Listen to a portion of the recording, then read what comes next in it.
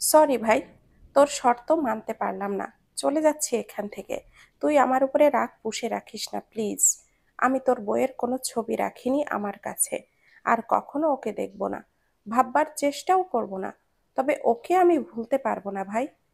তুই যদি মানতে না পারিস আমার মনে তোর বউ কেন থাকবে, তাহলে তুই আমাকে খুঁজে বের করে মেরে ফেলিস। আর সেটা না পারলে দোয়া করিস যেন আমি কোনো এক অজানা কারণেই মরে যাই। আমি অন্য কাউকে বিয়ে করতে পারবো না রে। ওকে হারিয়ে আমি নিয়তির কাছে হেরে গিয়ে আমি এক পাথর হয়েছি। তাকে ভুলতে গিয়ে সেই পাথর থেকে আর অশ্রু ঝরাতে চাই না। এত শক্তি নেই আমার ভেতর। নাসিম নামে কেউ তোর লাইফে ছিল, ভুলে যাস। কথা দিচ্ছি আমি আর কখনো তোর সামনে এসে দাঁড়াবো না। তোদের জন্য অসংখ্য দোয়া রইল। নাসিম। প্রায় ১.৫ বছর আগে একটি নাম্বার, যার শেষ দুটো সংখ্যা ০৮, এই নাম্বার থেকে উপরোক্ত মেসেজটি ইরফানের হোয়াটসঅ্যাপ নাম্বারে এসেছিল। সেই দিন ছিল শনিবার, ইরফানের বিয়ের পরের দিন।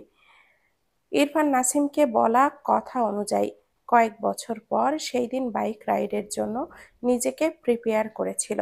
জ্যাকেট, গ্লাভস, রাইডিং প্যান্ট, বুট, হেলমেট সব কিছু পরে নিজেকে তৈরি করেছিল। তখন সময় ছিল রাত ৯টা। ইরফান বাইক নিয়ে বেরোনোর ১৫ মিনিটের মাথায় ইরফানের ফোনে শুদ্ধর কল আসে। ইরফান বাইক থামিয়ে শুদ্ধর সাথে কিছু কথা বলে ফোনটা রাখতে গিয়েও থেমে যায় টুং করে একটি মেসেজের আওয়াজে। ইরফান হোয়াটসঅ্যাপটা চেক করলে নাসিমের মেসেজটি পড়ে অদ্ভুতভাবে তাকিয়ে থাকে। কিছু কি বুঝেছে? নাসিমের নাম্বারে কল ব্যাক করলে নাম্বার বন্ধ দেখায়। ইরফান ফোনটা পকেটে রেখে দ্রুত বাইক স্টার্ট দেয়। বাইপাস রোডের পথ ঘুরিয়ে পথ নেয় এয়ারপোর্টের দিকে। এয়ারপোর্টে গিয়ে দ্রুত খোঁজ নেয় নাসিম আছে নাকি চলে গিয়েছে, গেলও বা কোথায়। কিন্তু সে কোনো খোঁজই পায়নি। শুদ্ধকে কল করে জিজ্ঞাসা করলে শুদ্ধ কিছুক্ষণ চুপ থেকে দীর্ঘশ্বাস ফেলে জানায় সে জানে না। এরপর ইরফান সেই দিন রাইডে আর যায়নি ঠিকই, পুরো ৩ ঘন্টার মতো টানা বাইক চালায়। কোথায় কোথায় যায় সে নিজেও জানে না। ভীষণ এলোমেলো ছিল। বেশ রাত করে বাড়ি ফেরে। হাতে পায়ে বেশ কয়েক জায়গায় কেটে ফেটে যায়। ওইসব পাত্তা না দিয়ে ইরফান শাওয়ার নিয়ে মায়রার পাশে শুয়ে মায়রাকে শক্ত করে জড়িয়ে নেয়। বিড়বিড় করে বলে, আমার বার্ড ফ্লাওয়ার, আমি ছাড়া সবার মন থেকে নিখুঁতভাবে মুছে যাক। মায়রার ঘুম ভেঙেছে। ইরফানের কথাটা সে শুনেছে, কিন্তু বুঝল না কিছুই। ঘুম জড়ানো কণ্ঠে বলে, কি হয়েছে? ইরফান মায়রার কপালে ঠোঁট দাবিয়ে চুমু আঁকে। এরপর ডান হাত মায়রার গালে রেখে মায়রার চোখে চোখ রেখে অভিযোগের সুরে বলে, তুমি শুধু আমার অনুভবে কেন সীমাবদ্ধ থাকলে না বার্ডফ্লাওয়ার? অন্যের হৃদয়ে তোমার অবয়বের ছায়া থাকলে আমার প্রতিটি হৃদস্পন্দনের ব্যথার কাঁটা বিঁধে যায়। এটা কি আমার অপরাধ? লাস্ট কথাটা মায়রার গাল ছেড়ে চোখ বুজে দুর্বল কণ্ঠে আওড়ায়। মায়রা ইরফানের কথা প্লাস ব্যবহারে ভীষণ অবাক হয়। ইরফানের শরীর তার কাছে কেমন যেন গরম গরম লাগলো। মায়রা দ্রুত শোয়া থেকে উঠে বসে। ইরফানের কপাল গলা চেক করলে বুঝতে পারে ইরফানের শরীরে জ্বর। মায়রা ইরফানের গালে হাত দিয়ে ইরফানকে ডাকলে ইরফান তার লালিত চোখ জোড়া মেলে মায়রার পানে তাকায়। মায়রা ইরফানের গালে হাত দিয়ে বলে, আপনার জ্বর এসেছে কিভাবে? ইরফান কিছুই বলল না। মায়রা দ্রুত বেড থেকে নেমে ওয়াশরুম থেকে একটি পাত্র পানি সহ একটি কাপড় ভিজিয়ে ইরফানের কপালে জলপট্টি দিয়ে দেয়। এরপর ইরফানের গায়ে জড়ানো শার্টটা খুব কসরত করে খুলে দিয়ে ইরফানের দিকে তাকালে চোখে মুখে আতঙ্কের ছাপ ফুটে ওঠে। ২ হাতে কত জায়গায় যে কেটেছে। মায়রার কান্না পায়। ২ হাত ইরফানের গালে দিয়ে কান্নামাখা গলায় বলে, আপনার কি হয়েছে শিশরাজ? কোথায় গিয়েছিলেন আপনি? এইসব কি করে হলো? ইরফান ঢোক গেলে শুকনো গলা ভেজায় মৃদু স্বরে বলে, আই অ্যাম ওকে। এরপর মায়রা ইরফানের ২ হাতে মলম লাগিয়ে দেয়। ২ পায়েও একই অবস্থা। মায়রা এবার ফুঁপিয়ে কাঁদে। এইসব নিজের চোখে কখনো দেখেনি সে। ইরফানকে আজ মায়রা একটু অন্যরকম ভাবে বেরিয়ে যেতে দেখে জিজ্ঞেস করেছিল। ইরফান শুধু বলেছিল বাইক নিয়ে বেরোবে, কিন্তু এইসব কি হাল করে নিয়ে এসেছে। মায়েরা নিজেকে সামলে সে যতটুকু পারল ইরফানের হাত পায়ে মলম লাগিয়ে দেয়, এরপর ইরফানকে খাইয়ে ঔষধ খাইয়ে দেয়। সব শেষে মায়েরা তার চোখে মুখে পানি দিয়ে এসে ইরফানের পাশে শুয়ে নিজেই ইরফানকে জড়িয়ে ধরে। ইরফান জ্বরের ঘোরের মাঝেই মায়েরাকে শক্ত করে জড়িয়ে ধরে। একটু পর ডাকে, হোয়াট ফ্লাওয়ার। মায়েরা নাক টেনে বলে, হুম। ইরফান চোখ বুজে রেখে মায়রার গলায় মুখ গুজে মৃদু স্বরে বলে, ইউ আর অনলি মাইন। মায়রা কান্না মাখা মুখে মৃদু হেসে বলে, অন্য কারোর কেন হব। ইরফান একটু হাসল, তবে কিছুই বলল না। বেশ কিছুক্ষণ পর বিড়বিড়িয়ে বলে, নাসিম আমায় দুটো ওয়েতে হার্ট করেছে। মায়েরা শুনতে পায় না ইরফানের কথা, তবে কিছুই বলল না। ইরফান ঘুমিয়েছে। মায়েরা একটা ঘুমের ঔষধও খাইয়ে দিয়েছে ইরফানকে। যদি না ঘুমায় আরো বেশি খারাপ লাগবে এর জন্য। এরপর ইরফান নাসিমদের বাড়িতে গিয়ে খোঁজ নিয়েছে। এই শহরে নাসিমদের নিজেদের বাড়ি আছে, কিন্তু সেখানে নাসিমকেও পায়নি, তার মাকেও পায়নি। আশেপাশে জিজ্ঞাসা করলেও কোনো খোঁজ পায়নি। বেশ কয়েকদিন পর ইরফান মায়রাদের গ্রামে গিয়েছিল। সেই গ্রামে নাসিমদের আত্মীয় থাকে শুনেছিল। সেখানে গিয়েও কোনো খোঁজ পায়নি, যেন নাসিম নামের কোনো অস্তিত্বই নেই। তাকে একটা কথা বলার সুযোগ না দিয়েই হারিয়ে গেল। আবারও ভুলে যেতেও বলল। সে বলেছিল এই সব ভুলে যাওয়ার টপিকে সে হেট করে, অথচ নাসিম তাকে সেই অফার করে অদৃশ্য হয়েছে। এরপর নাসিমের বাড়ি গিয়ে প্রায়ই খোঁজ নেওয়া হতো। পরিচিতদের সবার কাছেই খোঁজ নিত, কোথাও পায়নি। 1.5 বছর আগের কথাগুলো ভেবে ইরফান দীর্ঘশ্বাস ফেলে। দৃষ্টি এখনো নিবদ্ধ তার হাতে থাকা ফোনে নাসিমের পাঠানো লাস্ট মেসেজে। সেই দিনের পর এই সিম একবারের জন্যেও ওপেন হয়নি। ইরফান অনেক ট্রাই করেছে, কিন্তু কোথাও কোনো হদিশ পায়নি। হাতের ফোন পাশে শব্দ করে রেখে 2 হাত আড়াআড়ি ভাবে রেখে চোখ বুজে নেয়। লাইফে ফার্স্ট টাইম নাসিম ইরফানকে বাইক রাইডে হারিয়ে দিয়েছিল। ইরফানকে হারাতে পেরে যেন নাসিম সহ শুদ্ধ ফাইজও খুশি হয়েছিল। ইরফান বিরক্ত চোখে ওদের 3জনকে দেখেছিল। তার গায়ে জ্বর ছিল। ওরা 3জন কথা বলার ফাঁকে নাসিম খেয়াল করেছিল ইরফানের চোখ লাল। এগিয়ে এসে যখন দেখল ইরফানের গায়ে জ্বর, তখন ইরফানকে রেগে কথা শুনিয়েছিল। ইরফানও রেগে নাসিমকে ধাক্কা দিয়েছিল। কেউ তার উপরে কথা বলবে, এইসব সে মেনে নিতে পারে না। ইরফানের রাগকে পাত্তা না দিয়ে শুদ্ধ, ফাইজ, নাসিম সবাই রেগে কথা শুনিয়েছিল। শুদ্ধর কথা ছিল, এত শালা মোড়ে চাঁদে গিয়ে আরামসে ঘুমাবে, আর আমরা পাগল হয়ে রাস্তায় রাস্তায় ঘুরবো, বেয়াদ্দব। নাসিমের কথা ছিল, শালা তোর বাইক ভেঙে টুকরো টুকরো করে ভাঙাচোরা হিসাবে বেচে হাওয়াই মিঠা কিনে খাবো, তখন হাওয়ায় বসে রাইড করিস। ফাইজও কিছু বলেছিল হয়তো। ইরফান না শুনেই তার বাইক স্টার্ট দিয়ে বাড়ির দিকে রওনা হয়। নাসিম দ্রুত তার বাইকে উঠে ইরফানের পিছু পিছু আসছিল আর বলছিল, এই বেয়াদ্দব দাঁড়া, আজ শুধু অ্যাক্সিডেন্ট করে দেখ। ইরফান বাইকের স্পিড আরো বাড়ায়।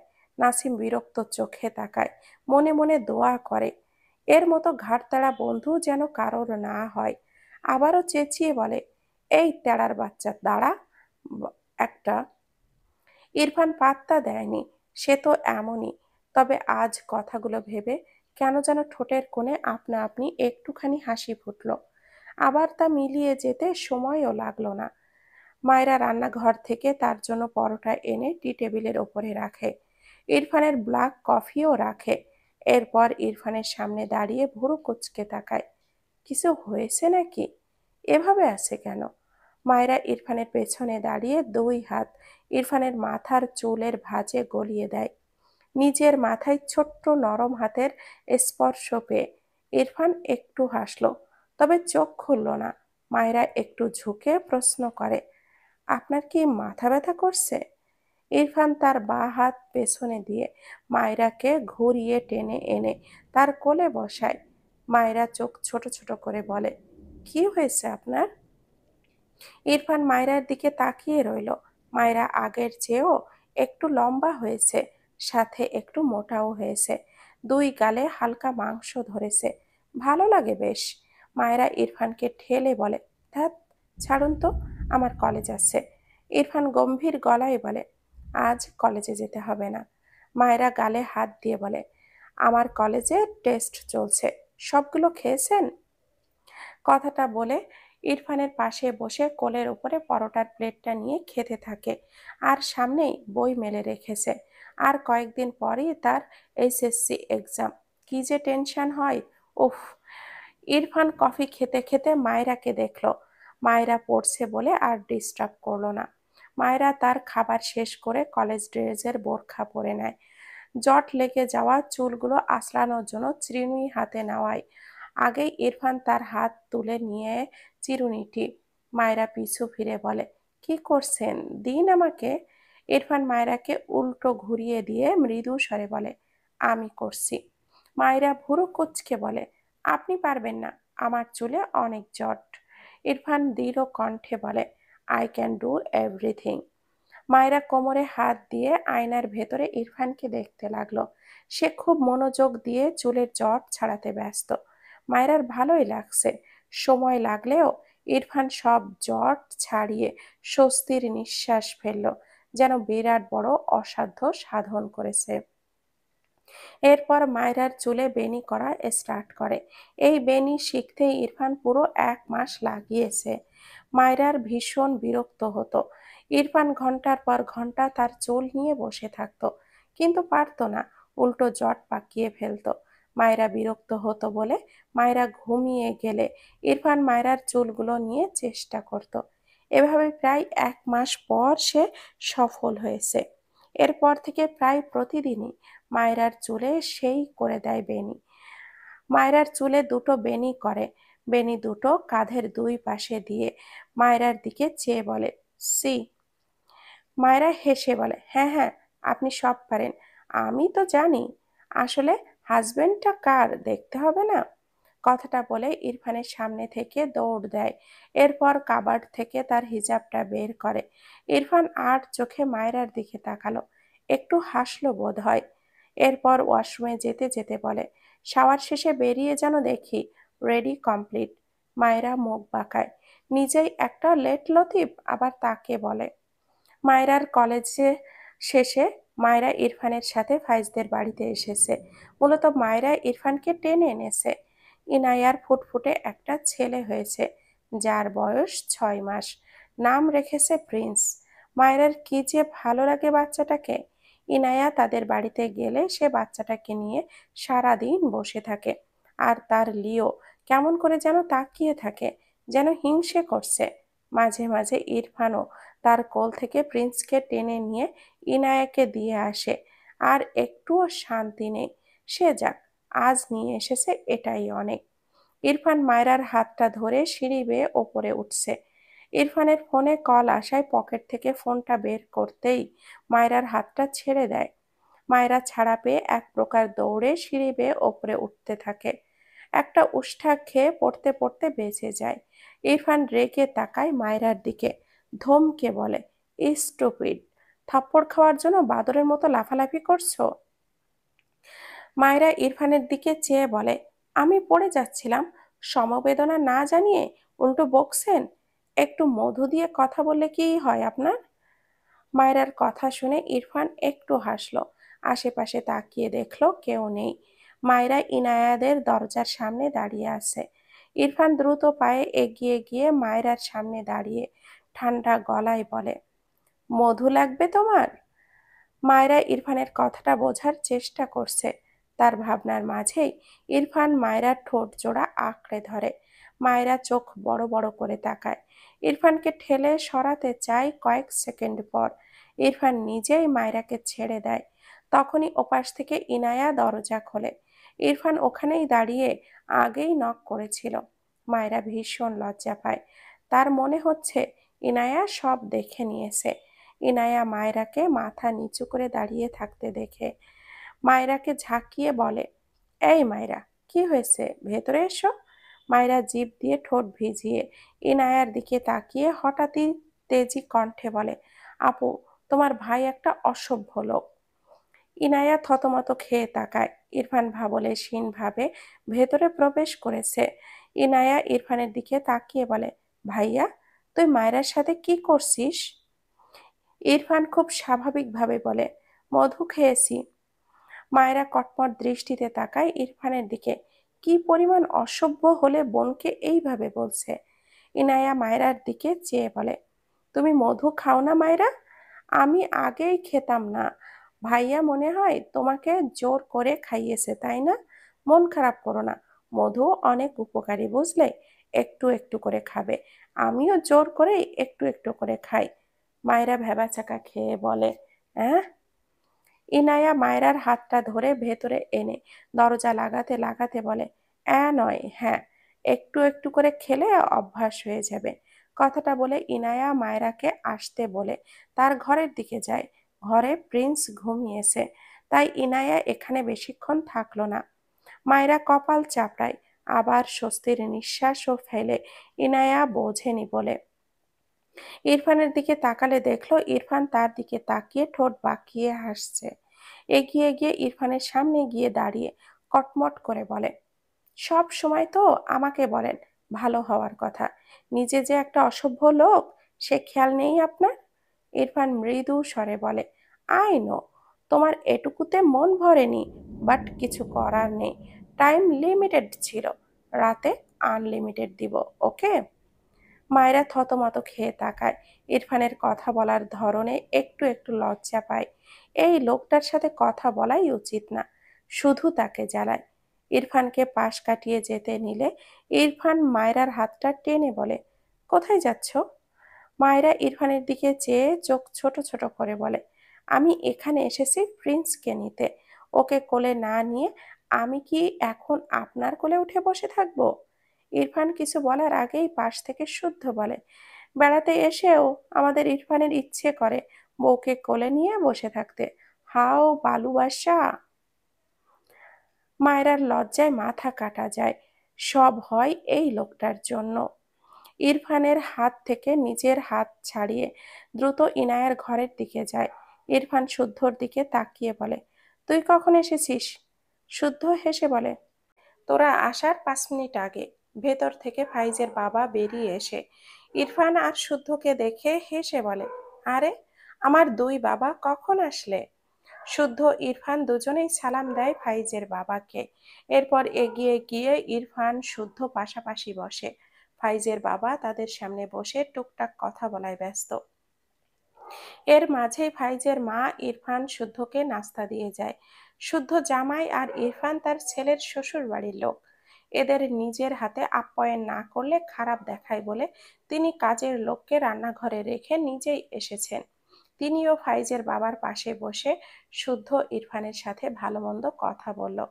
ফারহা ওয়াশরুম থেকে শাওয়ার নিয়ে বেরিয়েছে। সে মূলত শুদ্ধদের গ্রাম থেকে ফিরেছে।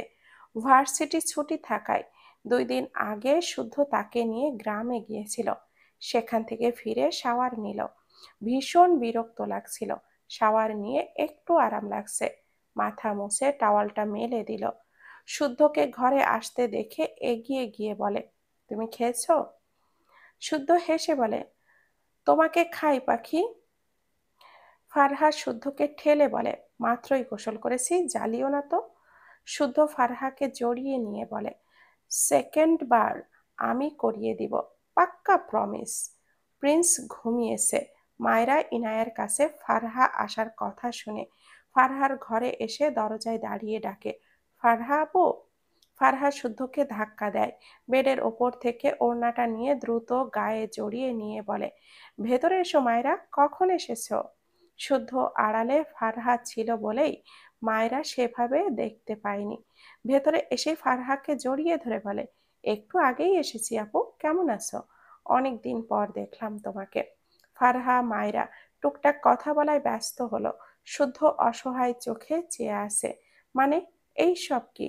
সে কি সুন্দর একটা রোমান্টিক মুডে ছিল, আর তার মেলায় হারিয়ে যাওয়া বোনটা এসে সব ভেস্তে দিল। মনে হচ্ছে শোধ নিচ্ছে তার থেকে। কিন্তু সে তো ইরফানদের রোমান্টিক মোমেন্টটা ক্রিয়েট করে দিত, আর ইরফানের বউটা তার সব ভেস্তে দিচ্ছে।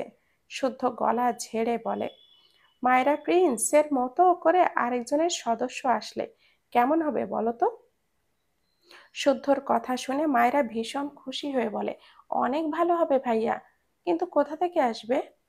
শুদ্ধ কিছু বলার আগেই ফারহা মায়রার হাতটা ধরে টেনে ঘরের বাইরে যেতে যেতে বলে, তোমার ভাইয়ার পেটে বাচ্চা আছে, ওখান থেকেই বের হবে। মায়রা চোখ বড় বড় করে শুদ্ধের দিকে চেয়ে হেসে বলে, সত্যি ভাইয়া? ফারহা আপুর কষ্ট হবে বলে বাচ্চাটাকে আপনার পেটে নিয়ে এসেছেন, তাই না? ফারহা আর মায়রার কথা শুনে শুদ্ধ ভোঁতা মুখে তাকিয়ে রইল। ফারহা মিটিমিটি হাসছে। সে ঠিক জানে এই লোকের মুখের ব্রেক নেই। মায়রা সামনে উল্টো পাল্টা বলবে তা সে লজ্জায় মরবে। তার চেয়ে প্রিন্সের কাছে গিয়েই বসুক, আর এই অসভ্য লোক বুঝুক। মায়রা প্রিন্সকে কোলে নিয়ে বসে আছে। পরনের বোরখাটা খুলে ইনায়া একটা ওড়না গায়ে জড়িয়েছে। একটু পর তো চলে যাবে, গরম লাগছিল বলে বোরখাটা খুলে রেখেছে। বাচ্চাটি কিভাবে চেয়ে আছে তার দিকে। মায়রা প্রিন্সকে বেডের উপরে বসিয়ে দেয়। 6 মাস হয়, একটু সময় করে বসে থাকতে পারে সে। হাত বাড়িয়ে দেয় মায়রার দিকে। মায়রা 2 হাত মেলে দিয়ে প্রিন্স ঠাস করে পড়ে মায়রার হাতের ওপরে। মায়রা হেসে আবারও প্রিন্সকে কোলে নিয়ে বাচ্চাটির গালে একটি চুমু খেয়ে ফারহার দিকে চেয়ে বলে, আপু, প্রিন্স তোমার পুরাই ফটোকপি। ফারহা হাসল। সবাই বলে এই কথা। প্রিন্সের গাল টেনে বলে, আমার বাবা আমার মতোই হয়েছে, তোমরা কেউ নজর দিও না। ফাইজের বাবার একটি কাজ পড়ে যাওয়ায় তিনি বেরিয়ে গিয়েছে। যাওয়ার আগে বারবার করে বলে গিয়েছে শুদ্ধ যেন এখান থেকে তার বাড়িতে না যায়। ইরফানকেও বলে গিয়েছে আজ থাকতেই হবে, সে কিছুক্ষণের মাঝেই ফিরবে। ফাইজ অফিসে, সেও একটু পর ফিরবে। ইরফান সোফায় বসে তার ফোনে কিছু করছিল। তার পাশেই শুদ্ধর ফোনটা বেজে ওঠে। ইরফান ঘাড় বাঁকিয়ে তাকালো একবার। আশেপাশে তাকিয়ে শুদ্ধকে খুঁজলে দেখতে না পেয়ে আবারও তার ফোনে মনোযোগ দেয়। শুদ্ধর ফোন আরো বেশ কয়েকবার রিং হয়। ইরফান বিরক্ত হয়ে বাঁ হাতে শুদ্ধর ফোনটা হাতে তুলে নেয় বন্ধ করার জন্য। তখনই টুং করে একটি মেসেজ ওপরে ভেসে ওঠে। শুদ্ধর ফোনের লক না থাকায় ইরফান মেসেজটিতে ক্লিক করেছে। অকারণেই কারোর ফোন এইভাবে চেক করার হ্যাবিট ইরফানের নেই। তবে সে এমন কিছু দেখেছে যার ফলে নিজেকে দমালো না। মেসেজটির ওপরে ক্লিক করলে সরাসরি তার মেসেজ অপশনে নিয়ে যায়। ইরফান ফোনটা স্ক্রল করে একে একে সবগুলো মেসেজ পড়ল। রাগে ডান হাতে তার ফোনটা শক্ত হাতে চেপে ধরে। চোয়াল শক্ত হয়ে যায়। হঠাৎই শুদ্ধর ফোনটা গায়ের জোরে আছাড় মেরে ফেলে দেয়। শুদ্ধ শাওয়ার নিয়ে মাত্রই রুম থেকে বেরিয়ে ইরফানের দিকে এগিয়ে আসছিল। পায়ের কাছে তার ফোনটা এইভাবে আছড়ে পড়ায় বেচারা হতভম্ব হয়ে যায়। দ্রুত নিচু হয়ে ফোনটা তুলে দেখল এই ফোন আর নেওয়া যাবে না, পুরাই গুঁড়ো হয়ে গিয়েছে। শুদ্ধ এগিয়ে এসে রেগে বলে, এই, আমার ফোন ভাঙলি কেন? আর রাগ আমার ফোনটার উপরে ঝাড়লি? ইরফান বসা থেকে দাঁড়িয়ে জ্বলন্ত চোখে তাকায় শুদ্ধর দিকে। শুদ্ধ চোখ ছোট ছোট করে বলে, এভাবে তাকাচ্ছিস কেন? খেয়ে ফেলবি নাকি? বাকিটুকু বলার আগেই ইরফান গায়ের জোরে শুদ্ধের বাম গালে একটা থাপ্পড় মেরে দেয়। শুদ্ধ বিস্ময় দৃষ্টিতে তাকায় ইরফানের দিকে। এতক্ষণ মজা করলে এবার বুঝলো সিরিয়াস কিছু। ইরফান ডান হাতে শুদ্ধর কলারটা ধরে দাঁতে দাঁত চেপে বলে, কাজটা একদমই ঠিক করিসনি শুদ্ধ। কথাটা বলে শুদ্ধকে ধাক্কা দেয়। এরপর উপহাস করে বলে, আমি পাগলের মতো খুঁজেছি একজনকে, আর তোরা মজা লুটেছিস। You are a great, go ahead. শুদ্ধ ঢোক গিলে ইরফানের দিকে তাকায়, কিছু বলতে চায়। ইরফান শক্ত গলায় বলে, নো এক্সকিউজ। শুদ্ধ থেমে যায় বারবার ঢোক গেলে। ফাইজ মাত্রই বাসার ভেতরে পা রেখেছিল। তার কাছে চাবি থাকায় সে নিজেই দরজা খুলেছে। তার বাবা বলেছে ইরফান আর শুদ্ধ দুজনেই তাদের বাড়িতে এসেছে, তাই বেশ অনেক কিছুই এনেছে। আগে বন্ধুর হিসাবে আসতো, সেটা নর্মালি ছিল, বাট এখন দুজনেই আত্মীয় হয়ে গিয়েছে। কিন্তু ভেতরে পা রাখতে শুদ্ধকে ইরফানের থাপ্পড় দেওয়া প্লাস এই সব বলাই বিস্ময়ে দৃষ্টিতে তাকায়। দ্রুত পায়ে এগিয়ে এসে বলে, কি হয়েছে ইরফান? ইরফান শুদ্ধ আর ফাইজের পাশ কেটে ইনায়ার ঘরের দিক দিয়ে পথ ধরে। ফাইজের আশেপাশে কাউকে না দেখে স্বস্তির নিঃশ্বাস ফেলল। এদের এইভাবে দেখলে কেমন একটা বাজে ব্যাপার হতো। হাতের জিনিসগুলো রেখে শুদ্ধের দিকে চেয়ে বলে, শুদ্ধ, কি হয়েছে? শুদ্ধ মাথা নিচু করে আছে। সে বুঝেছে ইরফানের এরকম করার কারণ। ইরফানের জায়গায় সে ঠিক আছে। ফাইজ বিরক্ত হয়ে বলে, হয়েছেটা কি বলবি তো? শুদ্ধ কিছু না বলেই ফারহার ঘরের দিকে যায়। ফাইজ হতাশার শ্বাস ফেলল। ইরফান ইনায়ার ঘরে গিয়ে মায়রার কোল থেকে প্রিন্সকে নিয়ে ইনায়ার কোলে দেয়। মায়রা অবাক হয়ে বলে, এমন করছেন কেন? ও ঘুমিয়েছিল, আমি একটু আগেই নিয়েছি। ইরফান গম্ভীর গলায় বলে, রেডি হও ফাস্ট। মায়রা মিনমিন করে বলে, একটু আগেই তো এসেছি, আর একটু মায়রার কথার মাঝেই ইরফান কড়া ধমক দিয়ে বলে, রেডি হতে বলেছি আমি, আর একটা কথা বলে থাপ্পড় দিয়ে সব দাঁত ফেলবো তোমার। ইরফান এত জোরে ধমক খেয়ে মায়রা কেঁপে ওঠে। ইনায়া এগিয়ে এসে বলে, ভাইয়া এত তাড়াহুড়ো করছো কেন? ইরফান গম্ভীর গলায় বলে, কাজ আছে। মায়রার ভীষণ অভিমান হলো। সে সারা রাস্তা বলে বলে এসেছিল অনেকক্ষণ থাকবে এখানে, সে তো প্রিন্সের জন্যই এমন করে। লোকটা তার কথা এক কান দিয়ে শুনে আরেক কান দিয়ে বের করে দেয়। ইরফানের ধমকে এখন তার একটুও সহ্য হয় না। এত জোরে ধমক খেয়ে মেয়েটার চোখ জোড়া ছলছল করে ওঠে। সময় নষ্ট না করে মায়রা দ্রুত বোরখা পরে নেয়। এরপর একা একাই বেরিয়ে যায় ঘর থেকে। ইরফান পিছু পিছু আসে।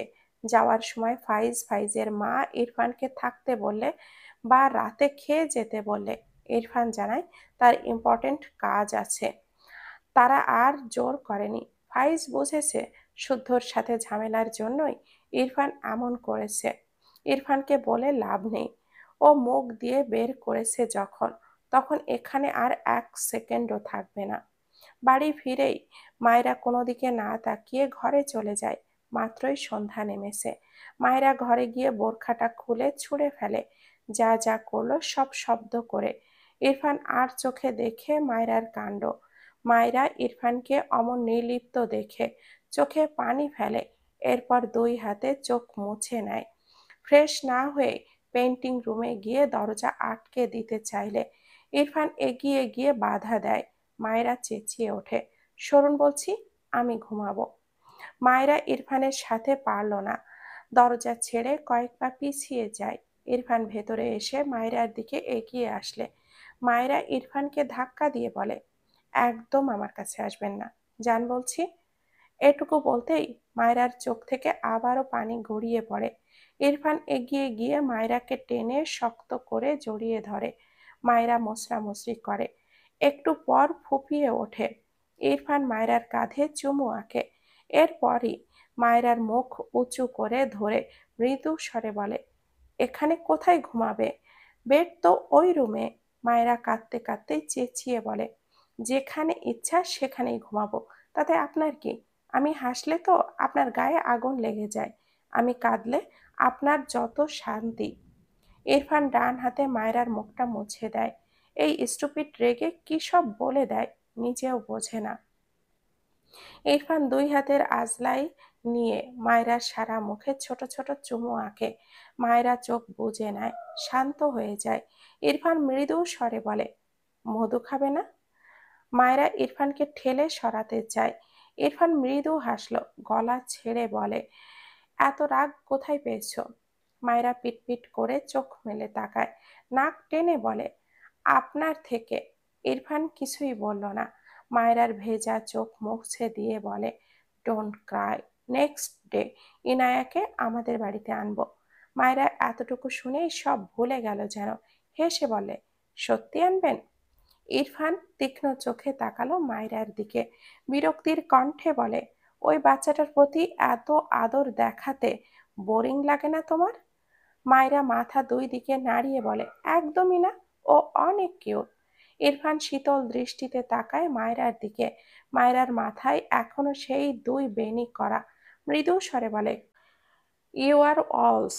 মায়রা ভুরু কুঁচকে বলে, কি? ইরফানের কথার উত্তর না করেই মায়রার ঠোঁট জোড়া আঁকড়ে ধরে। মায়রা চোখ বুজে নেয়। বেশ কিছুক্ষণ পর মায়রাকে ছেড়ে গলায় নাক ঘষে ডাকে, বউ। মায়রার শরীর শিরশির করে।